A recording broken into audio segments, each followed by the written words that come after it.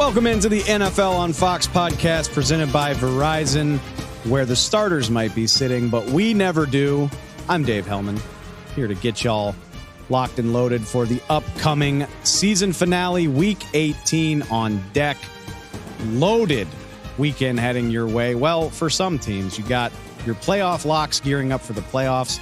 A lot of starters already getting announced as sitting out for the final weekend of the season, but so much on the line on top of that.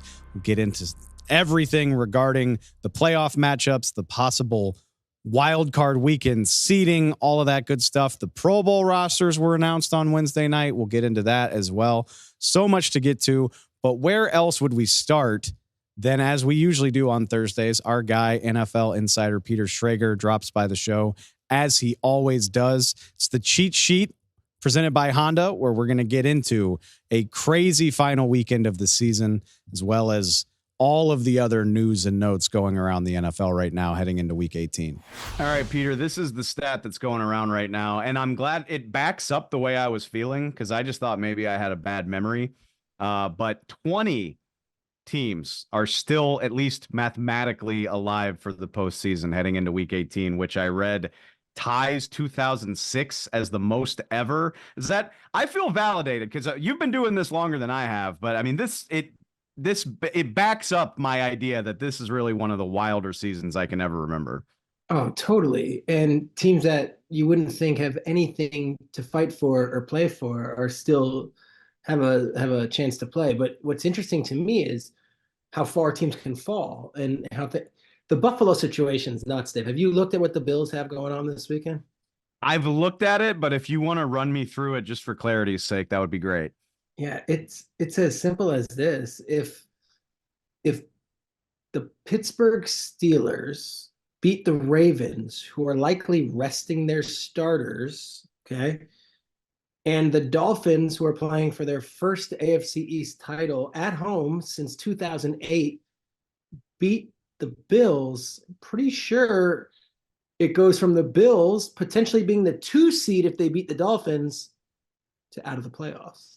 It's crazy. I mean, that's how there is this wide disparity of how things can go, but it is that crazy. And what would happen would be, I think the 5 seed would be, of course, the Browns, and then the Steelers find a way themselves in, and then the Colts Texans team gets in, and if the Jaguars also win, they are the 4 seed, and the Bills are on the outside looking in, and the Steelers are in, and then you got an AFC South team that wins Saturday night, and then the Jaguars. And I don't think I ever remembered that. And this is when they expanded the playoffs a couple of years ago to 7 teams. I think this is kind of what they were looking for, where Week 18 not only matters to win a title, but in this case, to go from the 2 seed and potentially hosting 2 home games if you're Buffalo. If you beat Miami, the Chiefs could potentially come to you divisional round after you take care of your wild card round, and then to then be out of the playoffs if you don't win. That's wild circumstance for the Buffalo Bills, and that's the kind of stuff I love. NFC South is interesting. The AFC South is interesting. 2 games look like walkovers. Like if the Jaguars are playing the Titans, you think, all right, Titans are done. The Texans beat them. If the Titans somehow beat the Jaguars, things get crazy. And the AFC South obviously opens up for the other 2 teams, Colts, Texans. But in the NFC South, if somehow the Buccaneers don't beat the Panthers, and I know I say somehow after losing 26-0 and the owner spilling a drink on the opposing fans, I get it. The Panthers look like they're done.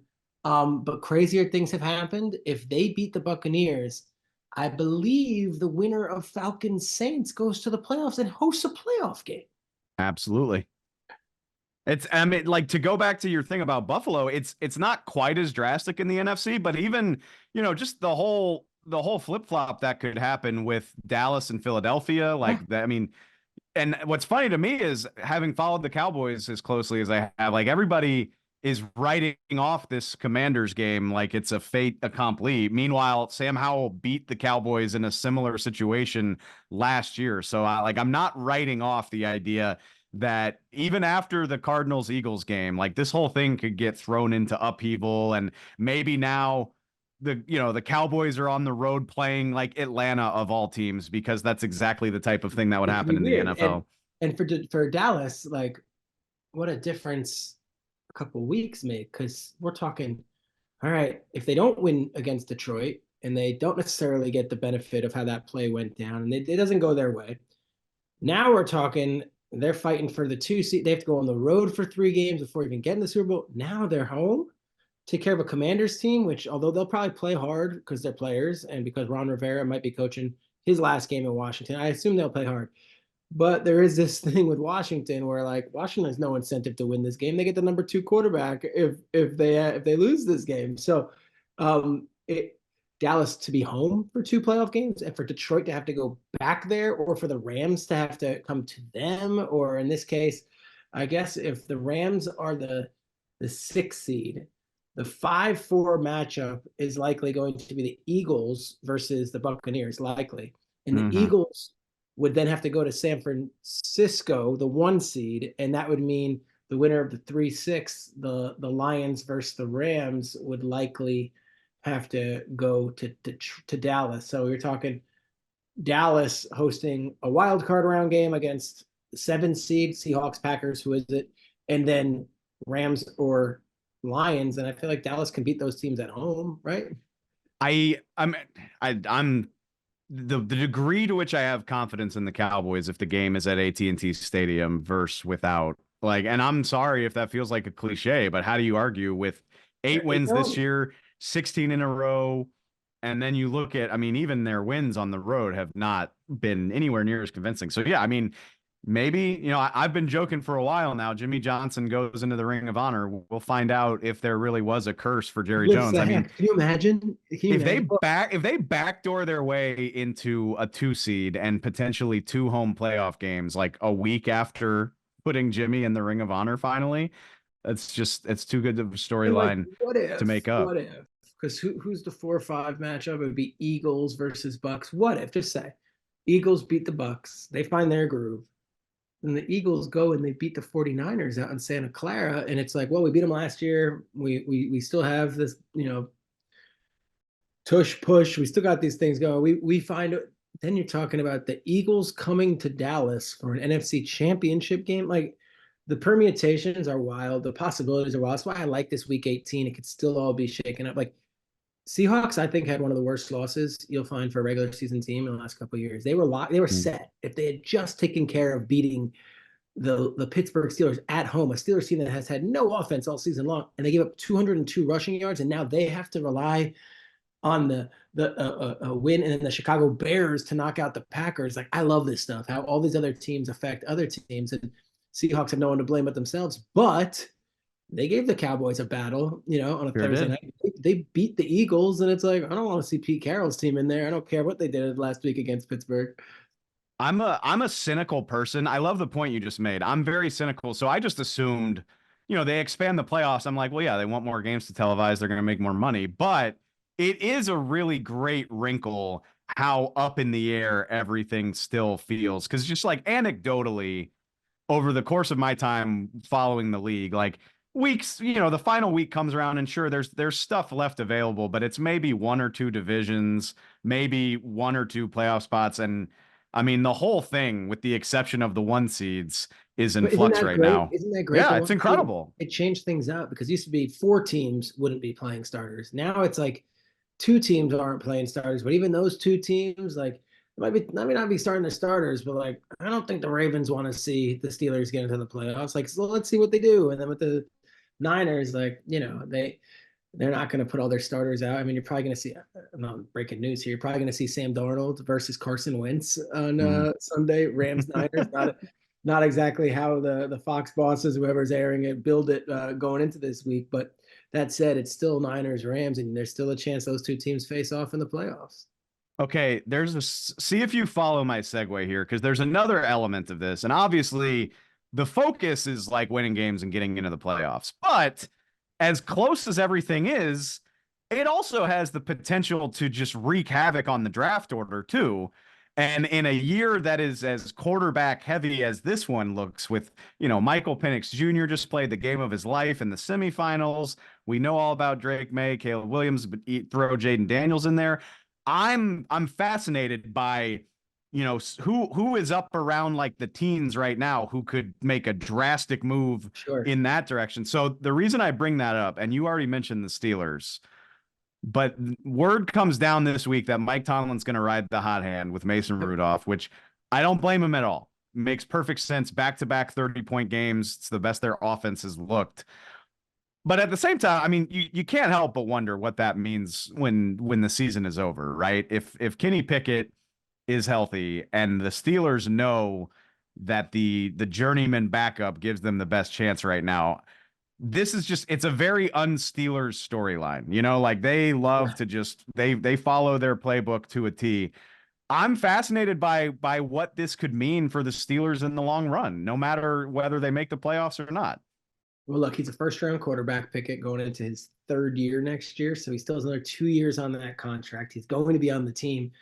I don't see them drafting a first-round quarterback. That said, they got such better production from Rudolph the last 2 years. Hey, Rudolph's only 28. It's amazing. The last time he had started a game before he went in was like 800 days ago, and he was benched for Duck Hodges in that game. And like the Rudolph, we spent all December talking about what a comeback story this Joe Flacco thing is. How about the Mason Rudolph story over the last 3 weeks? Something in that division, right? Right, it is something, and it's crazy. With the draft order, though, I actually think up top is interesting. So for those who might not be aware, and I don't think we do this too often, we always talk about who gets into the playoffs. The tiebreakers are way different for who gets the draft pick than it is for who gets into the playoffs. So we're in the playoffs, head-to-head is the first thing that matters. In the draft, that's not a thing. Like it's like the last tiebreaker. In the draft, it's your strength of schedule, okay? And it's, I believe, the stronger your strength of schedule is, or maybe it's whatever it is, Washington has it right now over Cardinals and the Patriots. But I had Steve Kornacki, who's like the NBC odds guy, on my podcast, and he was saying there is a way. Now, it's not definite. A lot of things have to happen because these teams are so grouped together as far as their opposing teams and their schedules and the strength of schedules. But there is a way that Washington gets blown out by Dallas, as everyone expects, and the Jets beat the Patriots.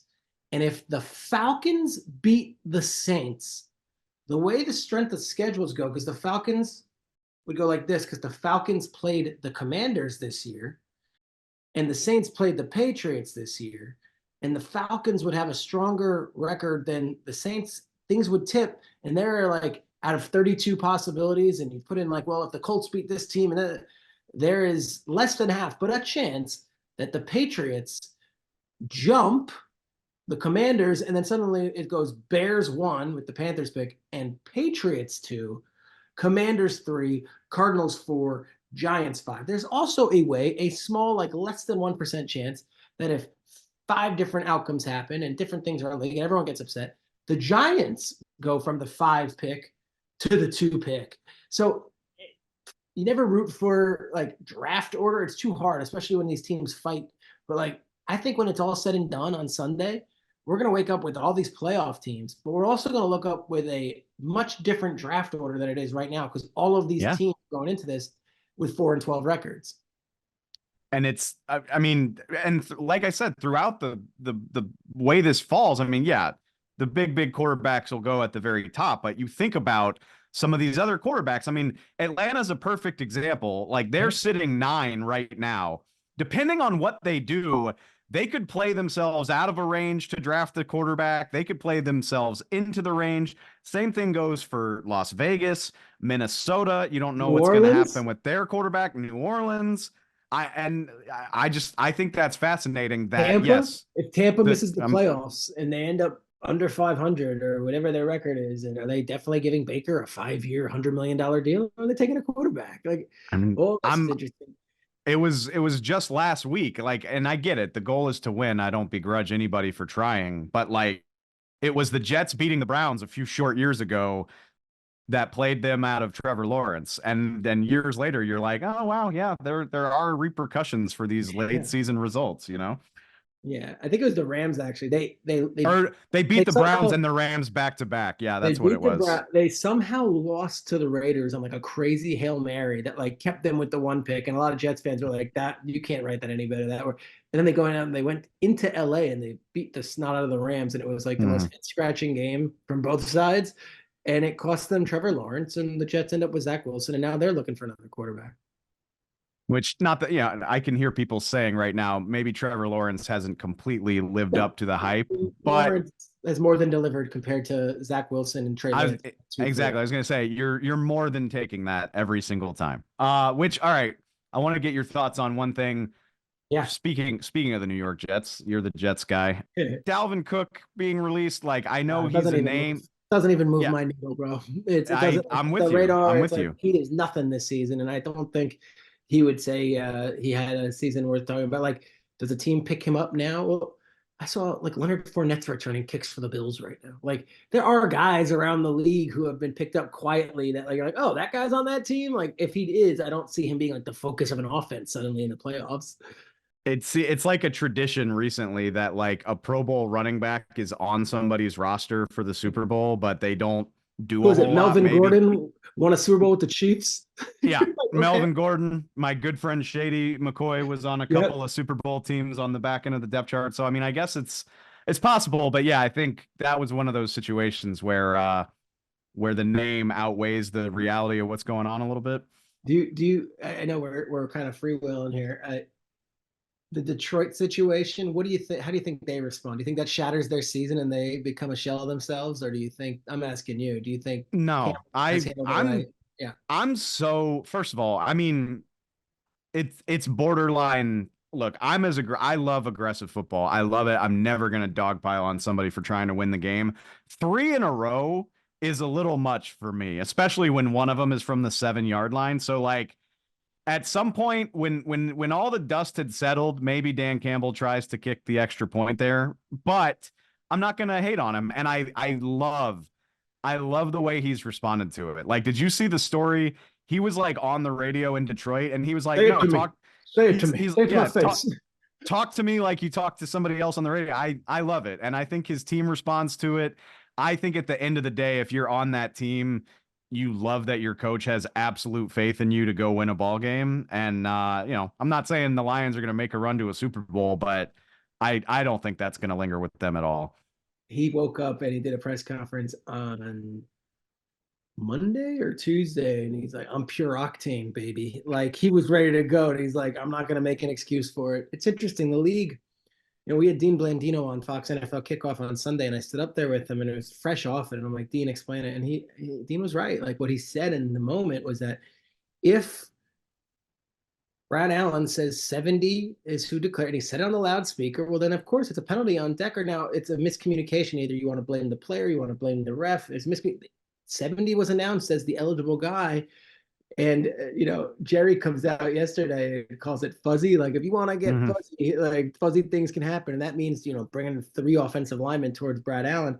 But the league is stuck by Brad Allen. They said 70 is what he said. They sent out a teaching video to all the teams yesterday to say, here's how it's done. And the responsibility or onus is on the player, which in more or less words is it's on the teams. You have to make it clear who it is. And now, does that mean grabbing Brad Allen by the collar and saying, no, it's me.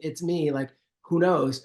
But then they assigned Brad Allen and his crew to a standalone game Saturday afternoon, whole nation watching, big stakes, Steelers, Ravens, huge for Pittsburgh. So like, they're standing by their man and they're standing by their refs. And it's like, all right, Detroit, you can cry all you want. You're not getting this thing reversed. And the season still has a lot left to go.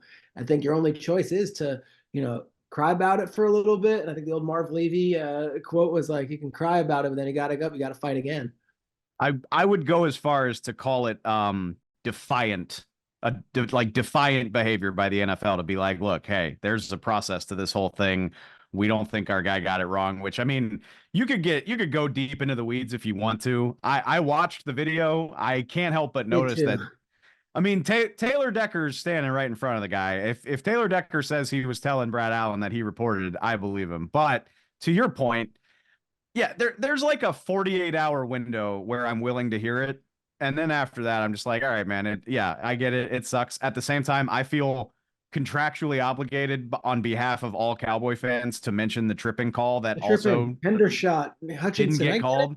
I get No, it. so I mean, look, Rogers football. was on. It's Rogers was on with McAfee, and I know he made other headlines yesterday. But that was one thing he also brought up. I don't think we're going down that road. Not on this podcast. let's not. It's not. I take a plane every single week to LA. Anyway, so uh, he said it yesterday, and he's like, did you watch that play? And McAfee even's like, yeah, I think so. I didn't. And he's like, go watch that play. He's like, that's the error. Like, and like that's just what you got to deal with. And I think he's right. Like, this was a big play, and this might dictate the 2 seed, and this might dictate whether this is a Dream Lions season or if it ends in the wild card round or it ends in the divisional round because they got to go to Dallas. I get it; it's a huge play, but the NFL is not going to change the outcome. So it's up to you. Do you want to wallow in it, or do you want to get up off the mat? And I think that's what Campbell's telling his players. I think it matters a lot for the Lions that they had already clinched the division. Like you don't have to deal with that. I think that's maybe why he kept going for 2. If I'm being honest, I haven't spoken to Dan, and we are friendly.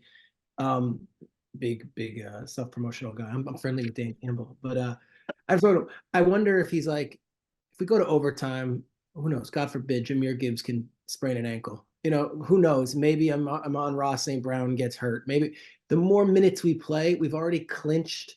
We've kind of got this game. Like we're feeling our momentum. So he went for it. I don't know if that's his reasoning, but I could almost justify it saying, hey, we're going to win it or lose it on this play right here. And I'd rather not play another 10 minutes of football. There's something bad that could happen.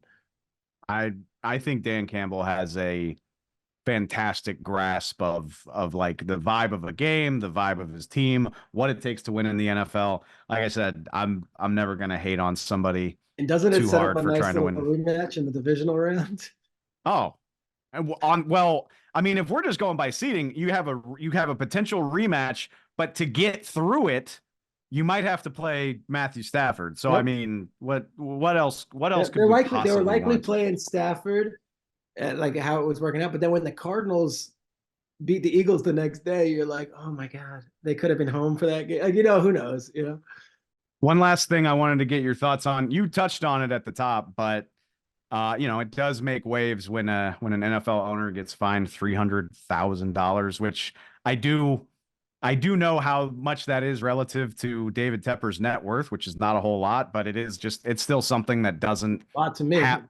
Yeah, exactly. It doesn't happen very often in the NFL, but am I right in assuming that this is, I mean, for the most part, the end of the road for this story, or do you think Yeah, anything more comes of it? it's done. And like I respect like the Kornheiser was like saying like it's an embarrassment for the league, and guys who I really respect are out there and they're outraged by it. Tepper's not gonna give the team away. Tepper's not selling the team. I don't think the league is gonna publicly do anything beyond this statement that they made. He made a statement and like moving right along. Um, yeah, that was some video, and yet this guy is there a positive take on it? No. Is there a justification for it? No. He lost his cool. But that's a passionate dude, man. That's a passionate dude. And it's like they've been down on that is a dark low point, I think, as this season has gone as bad as it possibly could have for the Carolina Panthers. Yeah, I mean, it's hard not to think about what was it, 6 coaches in 3 years or whatever the number is, and you're like, Yeah, okay, they yeah, traded McCaffrey, they traded DJ Moore. Those guys are having yeah, amazing seasons. Those guys might be first team all pros. yeah. It makes you think about the maybe the accusations of a I do short fuse wonder. and all that type of stuff. Yeah, I also wonder if like that just detracts or if that. All right, we know it's not going to be the most ideal coaching job. We get that. There's going to be 5, 6, 7, 8 open coaching jobs. Some of these guys are going to be. Do coaches openly say, "Forget I'm choosing this team over this team," but do like they do like Ben Johnson say, like I will not coach for that man. Like I'm Right. done. Like, I don't want. I saw that. That's ugly. That's behavior that's not becoming to me. And like I will wait, as opposed to doing it. And then do they have to settle on a head coach? Like it's very interesting. See how it plays out. On the other end, head coaching jobs don't come around too long. You think about Kellen Moore, just to give an example. Kellen, as you know very well, interviewed for the job in Miami, interviewed for the job in Carolina. Well, he's now on a Giff Smith staff of an awful Chargers team. And it's like, does Kellen have the same buzz that he had? When your window's there, it might be time to take the job if you're offered it. And we'll see if one of those coaches who is a candidate decides not to based on the spilling of a drink. That's an excellent point, especially for any coaches that have already waited a year. Yeah, I Yeah. mean, you definitely you can't afford to wait too long. Although I think that's going to give a lot of guys reason to pause. All right, one last thing I want just really quickly. I mean, you can take it anywhere you want, but in a slate with this much going for it, is there a win and in playoff game, whatever, that just really Yes. gets your juices going? I'm fascinated by Green Bay, Chicago, and Yes, it's not yes, necessarily Peter. because of the Packers. It's what do you do with Justin Fields? He was amazing last week. I think Eberflus went from being on the hot seat to now being on like the warm seat. And if they win this game and do what the Lions did last year in Lambeau and Fields plays great, like it's not as easy and cut and dry. I still think there's going to be discussion on the coach. I think there's going to be discussion on the quarterback, but like Justin Fields has an opportunity to really put his stake in the ground and say, hey, before you just make a rash decision, you got to consider what you got in house. It's the oldest rivalry in the NFL, two of the best brands. If the Packers win, they're so far ahead of schedule in this post Aaron Rodgers era. Meanwhile, if the Bears win, they're the hottest non-playoff team in football. I mean, the discourse about what you do with Fields versus the number one overall pick, like it could generate enough energy to like light a city. I It's think it going to could be. carry us all off season. It's great. I mean, you could do your show about it every day for the We entire will. spring. Trust me, we Yeah. will. And the truth is, it's like it's not just Fields or Caleb Williams, it's Fields plus the extension that's looming. So you're like, not only are we keeping Fields, we're giving him $40 million here a year, which is what it will be to extend the quarterback. And then on the other end, it's like if Caleb Williams or Drake May is that good and they're just better than Fields, like you get him on a rookie contract, you get 4 years of that plus the extra year as a first round pick. So that's the economics and the debate of it. And then who's coaching, the GM, who's making the decisions, like very interesting. I know what I would do, but I'm really glad I don't have to make that Yeah, decision for real, same. The Yeah. fans want Fields. They're chanting his name. So that's interesting. All due respect to Dolphins Bills, that's going to be good too, but man, I cannot wait for that Bears Packers game. All right, Peter, I've kept you long enough, man. Happy New Year. I can't wait to see what we get in the playoffs, but as always, I appreciate the time, man. We'll have a whole new set of storylines. My man, thank you. Happy New Year. We talked about this with Peter, and lo and behold, it all came to fruition on Wednesday afternoon. I would call it a shocking amount of teams just coming right out and admitting that they're going to sit their starters, or at the very least sit their quarterbacks. In my experience in the world of the NFL, where winning is everything, you play to win the game, it's not normal to see teams come right out and admit that that's not going to be the case, even if things are taken care of. For the record, I deeply appreciate it. Let's just call it what it is. Let's be honest with each other. If you've got your playoff spot locked up, if it doesn't feel like it's worth the risk, it makes all the sense in the world. So I'll start out with the biggest news of the day. The reigning MVP and the reigning champs, the Kansas City Chiefs, just coming right out and announcing that Patrick Mahomes is done for the regular season. He will sit in week 18 against the LA Chargers. Blaine Gabbert will get the start. I was surprised to read this. This is Blaine Gabbert's first NFL start since the 2018 season. He moved over from Tampa last year. He was Tom Brady's backup for the last few years. It's Patrick Mahomes' backup this time around, and he'll get a chance to finish out the season. Head coach Andy Reid, he was cool enough to tell us about Patrick, but he was a little more coy about who else might not be available Sunday, though he did say some, quote, regulars will sit.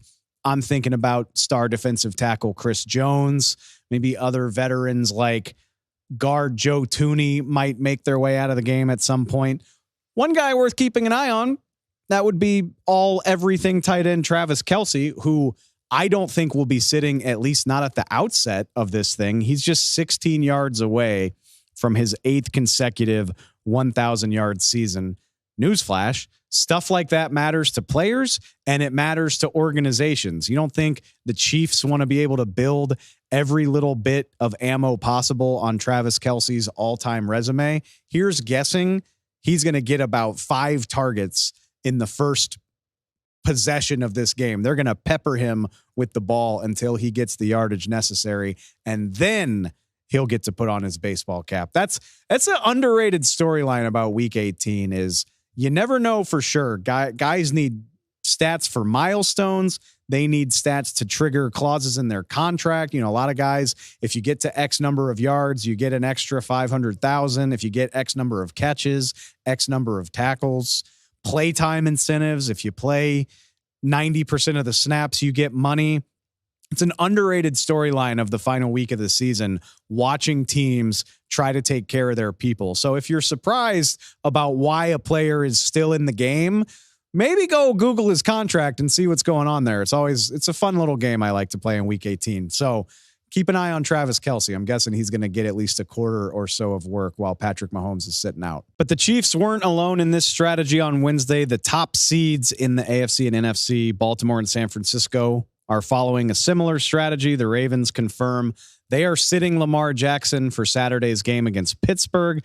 Tyler Huntley going to get the start in Lamar's place. So if he is going to win the MVP, it's going to be without the final week of the season on his resume. For some reason, I don't think he'll need it. 49ers announced that Sam Darnold is going to start in place of Brock Purdy against the Rams. It's weird to think about. And I was one of these people. Remember, it's strange to think Brock Purdy's health was not a given in training camp and even leading up to the start of the regular season. I wouldn't have been surprised if Sam Darnold played a large part in this season for San Francisco. Fortunately for the Niners, they never needed him. They will turn to him in the final game of the regular season, which doesn't wind up meaning a whole lot. And I'm just going to go ahead and guess there's bound to be some hand-wringing from fans and media surrounding both of these teams. Because remember, Baltimore and San Francisco, they've already assured themselves a week off in the playoffs by getting the number 1 seed. So sitting Lamar and Brock means they're not going to play for 2 weeks before they finally get into action in the playoffs. There's always people that are going to whine about rest versus rust. And do you really want to take 2 weeks off heading into the biggest game of the season?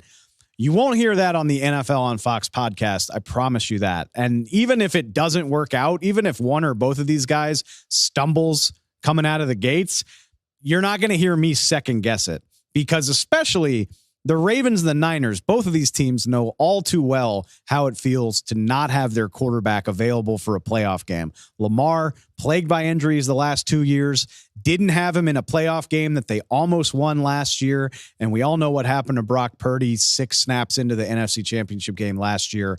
You got to have a healthy quarterback. I don't care if you only want to get him a series in a game where there's nothing to gain toward the end result. There's no benefit here. And I refuse to believe that a professional quarterback with as much experience under his belt as these guys needs the 10 plays that he would get in a game like this. Keep him in a baseball cap. Not worth the risk. Good on Baltimore and San Francisco for recognizing that. But the funny thing, it's not just the guaranteed number 1 overall seeds that are employing this strategy. The Niners' opponent, the LA Rams, also confirming they're not going to risk Matthew Stafford in this game. They've already locked up a wild card spot. They're turning to Carson Wentz with Matthew Stafford sitting on the bench. Remember, they signed Wentz midway through the season after a disastrous game without Stafford due to injury. He hasn't had to do a whole lot, so we'll get our first look at him as a starting quarterback for the LA Rams. What's interesting about them, I will say this, they haven't locked up their seed. We don't know where the Rams fit into the NFC playoff picture just yet. A win would guarantee them the 6th seed, but it is still possible they fall down to the 7th seed if they don't win this game. So I could see people arguing, well, you don't know where you're going to be. Don't you want to try to improve your standing as much as possible? To that, I say, not really, because none of these matchups are set. You don't know with a win or a loss who you're even going to play. So let go and let God. There's no reason to stress out about this. Matthew Stafford is an older quarterback. He's a quarterback with a history of getting banged up. Keep him healthy for the playoffs. It's your only shot of having a chance to make some noise regardless of who you play. So I am on board with this decision as well. And then lastly, over in the AFC, another wild card team, Cleveland Browns, not going to win their division, but there's nothing to gain in week 18. They are locked into the 5 seed. They are going to sit Joe Flacco for their season finale against the Cincinnati Bengals. The interesting thing about this is it's not going to be PJ Walker who takes Joe Flacco's place. It's going to be Jeff Driscoll who just joined the team very recently. And if you're keeping track, that means 5 different quarterbacks will have started for the Cleveland Browns this season. And yet they are the 5 seed. They have won 11 games on the year. I think of them as a very real threat to make noise in the AFC playoffs with 5 different starting quarterbacks.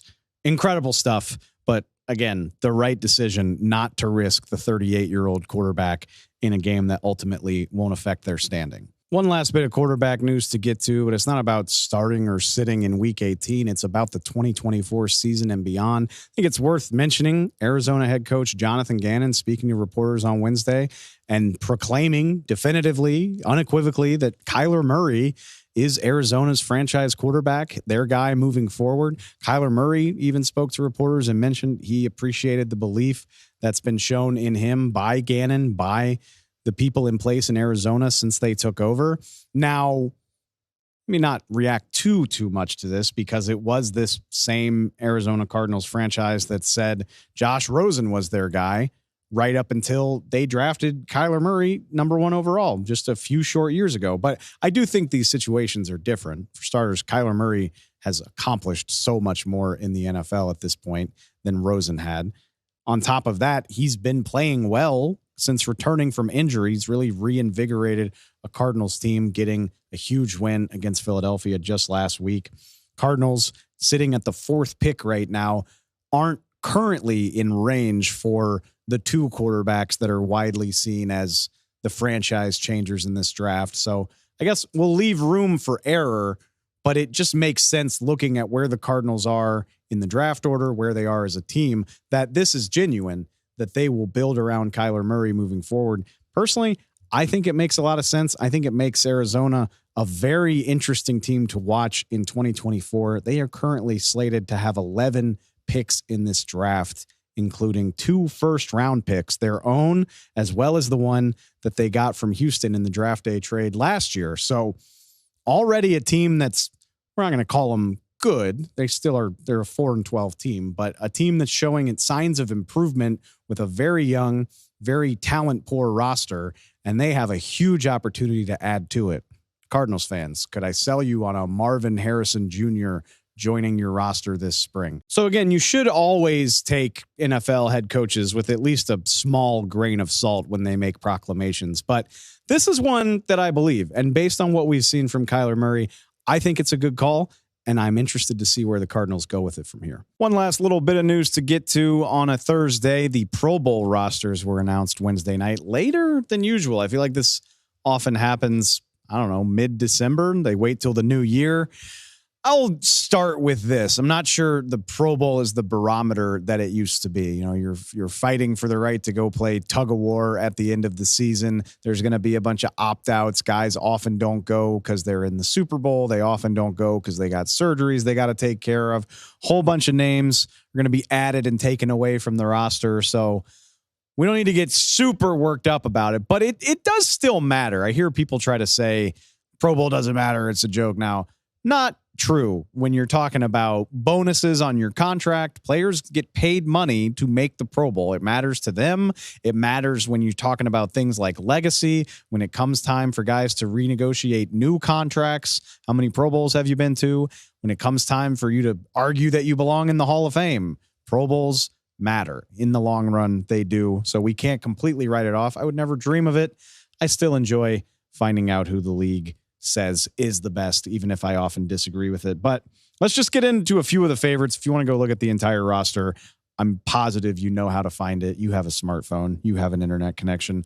Just want to go through some big talking points, favorites, surprises, couple snubs, just some things that stood out to me as I perused the Pro Bowl rosters. So let's start off with my favorite picks. And in the AFC, I'm going to go with David Njoku, the Cleveland Browns tight end, who got named to the Pro Bowl on Wednesday night. And the reason I like it so much is because First of all, it's his first appearance in the Pro Bowl. So to get to the Pro Bowl for the first time, it's a hard barrier to break down. You got to have a phenomenal first season. I always say once you make it, it's kind of like a snowball effect.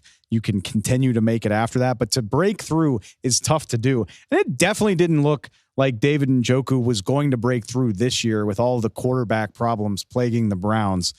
Then Joe Flacco stepped in. You realize David Njoku right now has 882 receiving yards and 6 touchdowns. It's his best NFL season across the board, not even close.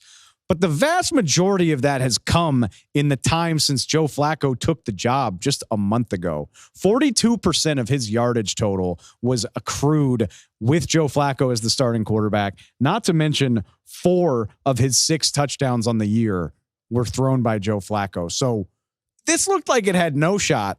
Then Flacco gets the job, and Njoku blows up. And by the way, the voters, the coaches, the players, the fans, everybody noticed it enough to put him into the Pro Bowl. So not normal and definitely not a given. I want to shout out David Njoku, not just for a phenomenal finish to the season, but for breaking through the first time as well. So I thought that was really cool. In the NFC, I got to give it to Brandon Aubrey. A kicker? Yeah, that's right. A kicker. We gloss over special teams so much, but what a damn story. Guy was in the USFL, which, by the way, this 2 consecutive years of Dallas special teamers making the Pro Bowl. Kevontae Turpin did it last year. So shout out to the USFL, now the UFL.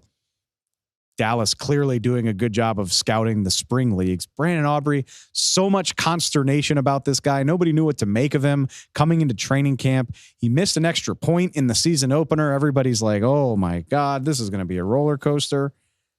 We'll see what happens week 18, but he's yet to miss a field goal. 35 of 35, 9 from 50 plus. And yeah, I'm sure you say, well, yeah, with a stat line like that, of course he was going to get in. Not necessarily. Again, name recognition means so much in these votes. It would have made perfect sense if Philadelphia's Jake Elliott got the nod, or maybe Cairo Santos in Chicago. To give it to a first-year player, I know he had a phenomenal season. I don't think it's a given. The guy was a soccer player. The guy was a minor, a spring league football player, USFL. I just think it's really, really cool. And shout out to Brandon Aubrey for having the best season of any kicker in the NFL and making his first Pro Bowl. All right. Surprises. Back to the AFC. I got to shout out my guy, LSU Tiger, Patrick Queen. I knew before the season started that Roquan Smith was going to be a Pro Bowler for Baltimore, but both Ravens inside linebackers got the nod in 2023. Patrick Queen getting the Pro Bowl pick. I believe this was his first one. Am I correct about that? It sure was. So year 4 here, the former first round pick back in 2020 makes his first Pro Bowl. And to be fair, Roquan has a lot to do with that. I think Roquan Smith has elevated the play of a lot of people on that Baltimore defense. But Patrick Queen has been a plenty big piece of Mike McDonald's defense in his own right. He's got all the tackles you want to go along with it. He's also had a surprisingly nice season as a piece of the Ravens pass rush. He's top 3 among off-ball linebackers in pressures and hurries. He's got 3 sacks on the season. He's very versatile. He's an underrated piece of this Ravens defense, and I'm glad he got recognized. So a little bit of a surprise, in my opinion, because it's rare to see 2 guys from the same defense at the same position get nominated, and Patrick Queen did. In the NFC, how about Charvarius Ward, the 49ers cornerback, which I think he said it himself on a podcast toward the end of the season. He's been phenomenal all year. Underrated piece of the Niners defense. Really, really good cornerback. He didn't have the picks to go along with it. The bottom line is that you got to get takeaways on defense if you're going to get to the Pro Bowl. And Charvarius Ward didn't have them right up until the last 2-3 weeks of the season. 3 of his 5 picks have come here toward the end of the year in the last 2 or 3 weeks. Sometimes that's too little, too late. Not in the case of Ward. Maybe that's the benefit of announcing these teams so late in the season, is that you give these guys the final 2 or 3 weeks to make an impression. Charvarius Ward definitely did. Good on you, my dude. That team is loaded with talent. It's easy to overlook the way he's played, but he's been awesome. He deserved it. I was happy to see that. All right, wrapping it up with the biggest snubs, in my opinion, back to the AFC. I don't know what to do about this because I don't envy the people who have to choose. There's only 3 spots at quarterback, but how do you leave Josh Allen off the Pro Bowl roster? He only leads the entire NFL in touchdowns with 42. And yeah, I know he's thrown a lot of picks this year. 42 touchdowns is 42 touchdowns. He's the heart and soul of the Buffalo Bills. They don't go anywhere without him, even with the dip in play.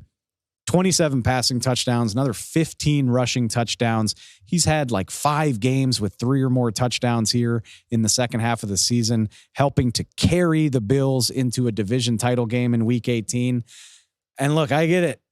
If you're putting Josh Allen in, it probably means you got to take Patrick Mahomes out. And that's a scary thing to do. Patrick Mahomes is already a Hall of Famer. He's a 2-time MVP. I get it. It's weird to leave him off the Pro Bowl ballot. I wouldn't feel comfortable doing it either. But when you're comparing what those 2 quarterbacks have done this season, Josh Allen deserves to be in the Pro Bowl. Figure it out amongst yourselves. I'm not really willing to say Patrick Mahomes shouldn't be there, but Josh Allen should be in. That's all there is to it. Over in the NFC, I know a lot of people are going to talk about Amon-Ra St. Brown, and he completely deserves to be in the Pro Bowl. The bottom line is that it's really, really hard to make the Pro Bowl as a receiver. There's 4 spots, and there's about 25 worthy receivers playing in the NFL right now. So I feel bad for Amon-Ra St. Brown. But the name that I want to make sure I highlight is Antoine Winfield Jr. of the Tampa Bay Buccaneers, who has been incredible. I think he's been all-pro worthy at safety for Tampa Bay this season. 117 tackles, 5 tackles for loss. He's recovered 4 fumbles on the year, game-changing plays on a regular basis from the safety position, 3 interceptions on top of that. His stats compare favorably with just about anybody in the NFL at safety, other than maybe Jesse Bates, who made the Pro Bowl, by the way. Antoine Winfield should be right there next to him. This is my point, is that sometimes it's hard to build that momentum, but the silly thing is Antoine Winfield Jr.'s made the Pro Bowl before. He should already have that name recognition that helps him get voted in. He's easily been one of the best things about the Tampa Bay Buccaneers all season long. He's a top 3-4 safety in the NFL. You could make the case that he's the best safety in the NFL, or at the very least, it's not crazy to have him on that list. I think this is the most egregious snub of all of them. Because like I said, you get why Josh Allen missed it. Patrick Mahomes is Patrick Mahomes. You get Amon-Ra St. Brown because there's 24 amazing receivers. There's no argument here. Antoine Winfield Jr. got snubbed. Hopefully they make it up to him when they announce the alternates, when guys drop out. I'm sure he will make it. He deserves it. So Antoine, on the off chance you're watching this, or if somebody you know sends it to you, you deserved it, my guy. I just want to make sure we make that abundantly clear. All right, that does it for the Pro Bowl rosters. Be sure to go check the rest of it out at your leisure. I don't know. We'll see where it goes from here. A couple of days later than usual, thanks to the new year, but we'd be remiss if we didn't leave you with one last edition of the Power Rankings heading into the postseason. You know the drill. Before we can truly focus on Week 18, we're going to take you through where things stand with one last Sunday to play. 20 teams still in contention, just 12 eliminated for the year.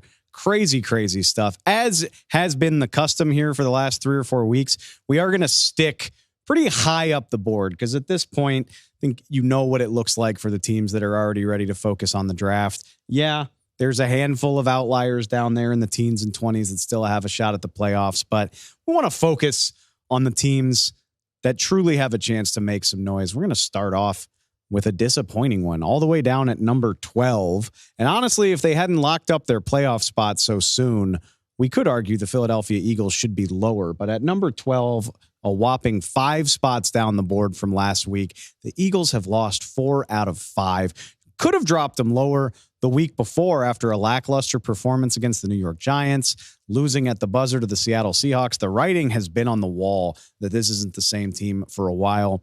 Losing to the Arizona Cardinals just underlines it in red ink. This team feels like it's in trouble. It's in crisis mode. 12 feels right because you look at the roster. There's still plenty of reason to feel good about the Eagles on paper. We know what they can do when everything's clicking.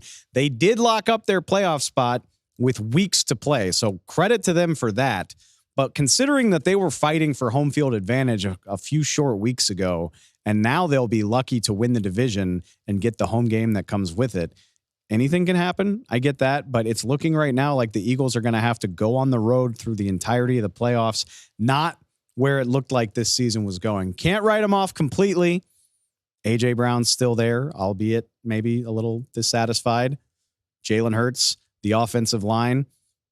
Hassan Reddick, Devontae Smith looks like he escaped major injury. A lot of reason to feel good, but you got to penalize him a little bit for what we've seen here over the last month, and that is exactly what I'm doing, dropping the Eagles easily as low as they've been all year. All right, similar story with a different ending up at number 9, up 2 spots from last week. I feel like I'm an outlier here, having the Kansas City Chiefs all the way down at number 9, but look, the reality is I respect them for what they've done and who they have. Andy Reid and Patrick Mahomes, it speaks for themselves. They've locked up a playoff spot. They're not playing Mahomes in the season finale, so clearly they're doing something right. 8 straight division titles. But we don't have to pretend like what they've done here down the home stretch of the season is terribly impressive. Even the win that locked up the AFC West for them last week, they settled for 6 Harrison Butker field goals in that game to beat the Jake Browning Bengals.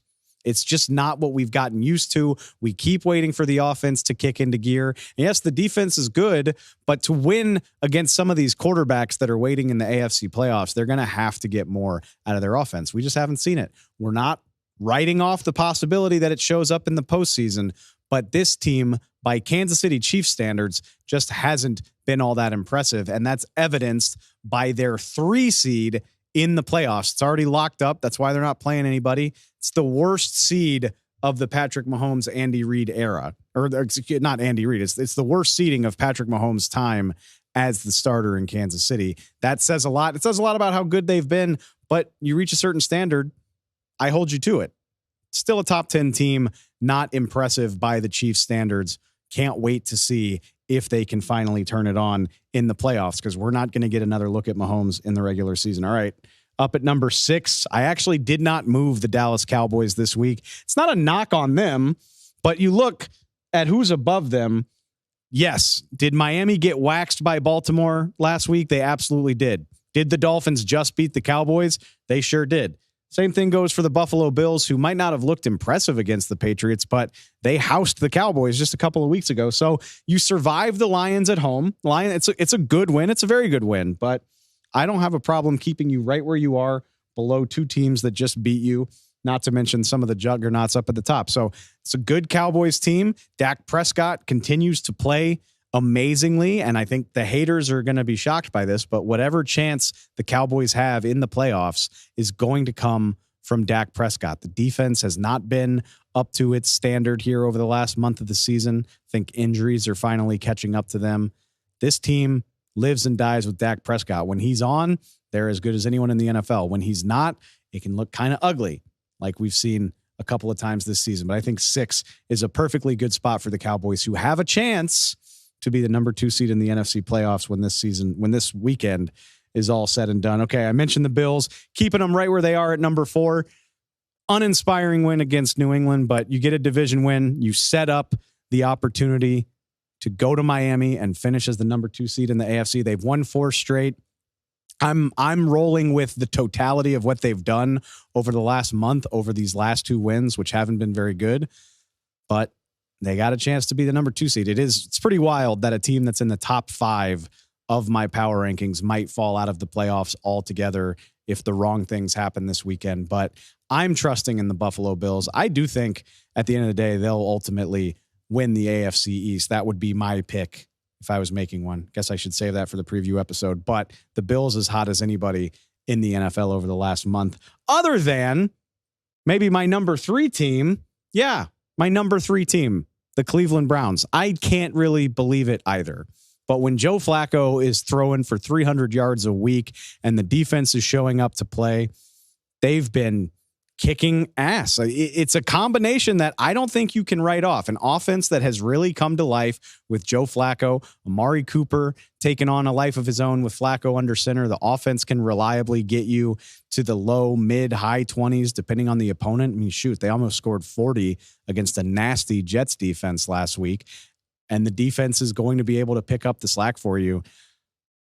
Maybe this has the potential to age poorly, but we know the Browns are locked into the 5 seed. They'll go on the road to play a flawed AFC South team in the playoffs, most likely. I like them to get to the divisional round, and we've already talked about the flaws with some of the teams that'll host there. I'm not writing the Browns off to make some serious noise in the postseason. It's incredible that we're saying these words out loud in January. I can't wait to see where it goes. All right, wrapping up, of course, number 1, Baltimore Ravens beating down Miami by 37 in the last game we'll see from them. Lamar Jackson not going to play this weekend. So we've got 2 weeks to sit and wait, but I've already said it. I think Lamar Jackson locked up MVP with that performance, more touchdowns than incompletions against Miami. They've beaten so many good teams this season. A lot of those wins have been decisive. For all we talked about San Francisco, I want to make sure we owe the Ravens the service of pointing out just how good their season has been. For some reason, it felt like they did a lot of it in the shadows compared to Philadelphia, San Francisco, Dallas. The Ravens have been consistent. They've been dominant more often than not.